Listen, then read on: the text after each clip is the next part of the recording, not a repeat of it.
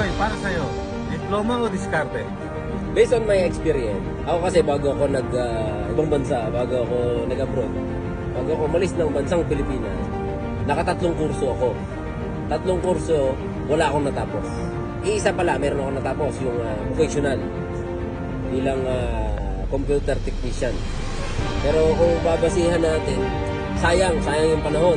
Nung nakarating ako dito, na-realize ko na dapat talaga meron kang diploma. Kasi case-to-case basis yan. Doon sa field na napasukan ko, nagkaroon ako ng limit. Imbis na paangat ako, nagkaroon ako ng hangganan. Dahil wala akong diploma. Madiskarte akong tao, marami akong pinasok na hanap buhay. Lahat maayos. Hanggang sa dumating na ako doon sa pinaka hanggang doon na lang. Dahil nga wala akong diploma. So kung papipiliin ako, diploma o diskarte, dapat parehas na meron ka. Kahit anong diskarte mo kung wala kang diploma,